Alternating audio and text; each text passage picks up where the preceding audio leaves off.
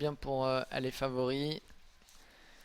Gibson Creek qui va partir tout à l'extérieur avec le numéro 8. Et on a une faute du numéro 6, Chris Yadem. Chris Yadem qui va déjà perdre toute chance. Le numéro 7, Bex, file à toute allure déjà. Gibson Creek est parti également très vite. Il a effacé son numéro 8. Il va s'installer au commandement en compagnie du numéro 7, Bex. Alors que l'As Desperado du Merle a également pris un bon départ. Il est pour l'instant 3ème. Ouais, Fakir Fighter est parti correctement. Il est un peu le nez au vent pour l'instant. Il est en 5-6e position. Desperado du Merle donc est 3ème en dedans. Avec au centre le numéro 3, Bruce Simoni, Cora du Châtelet ou Elwood by Fax. Et bien elle se retrouve pour l'instant en dernière position avec le numéro 4 Speedy Boy. Devant c'est Gibson Creek avec Nathalie Gonin qui contrôle la situation.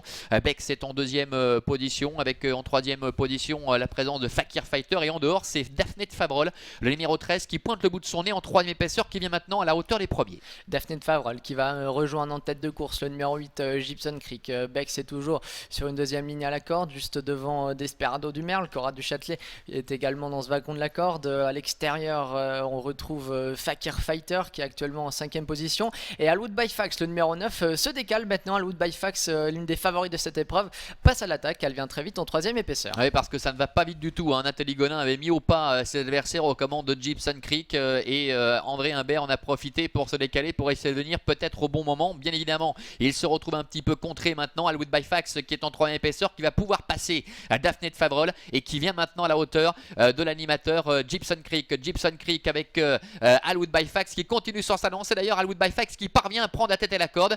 Gibson Creek est en 2ème position avec Bex qui est dans la boîte et Fakir Fighter maintenant qui vient en dehors avec Alambéric d'Albret également qui refait pas mal de terrain. Alwood by Fax, le numéro 9 qui a fait un très bel effort dans la ligne opposée pour se propulser en tête. Elle va aborder donc le tournant final maintenant en compagnie du numéro 11 Alambic d'Albret. Fakir Fighter, le numéro 5, s'est bien rapproché également, mais pour l'instant contré. Il est toujours en 3ème épaisseur. Gibson Creek, le numéro 8, lui est toujours dans le sillage de l'animatrice Alwood by Fax. Et ces 4 là qui sont maintenant à mi-tournant final. Le numéro 13 Daphné de Favrol est là également, tout comme le 3 Bruce Simoni et le 7 Bex. Ils sont 3 de front pour aborder maintenant la ligne droite finale. Le 9 Alwood by Fax, le 11 Alambic d'Albret et le 5 Fakir Fighter tout à l'extérieur. Alwood by Fax avec André Humbert qui n'arrête pas de se retourner, qui contrôle pour l'instant. Gibson Creek est dans la boîte alors que Marcel Humbert décide de se décaler maintenant complètement à l'extérieur comme tout à l'heure. Fidelio du Marza avec Fakir Fighter, avec Alwood by Fax qui a toujours la meilleure en dedans. Gibson Creek maintenant qui trouve le passage avec au centre également Desperado du Merle qui passe à l'offensive. Fakir Fighter qui est complètement à l'extérieur avec Bex qui essaie de revenir également en dedans. Gibson Creek maintenant qui prend nettement l'avantage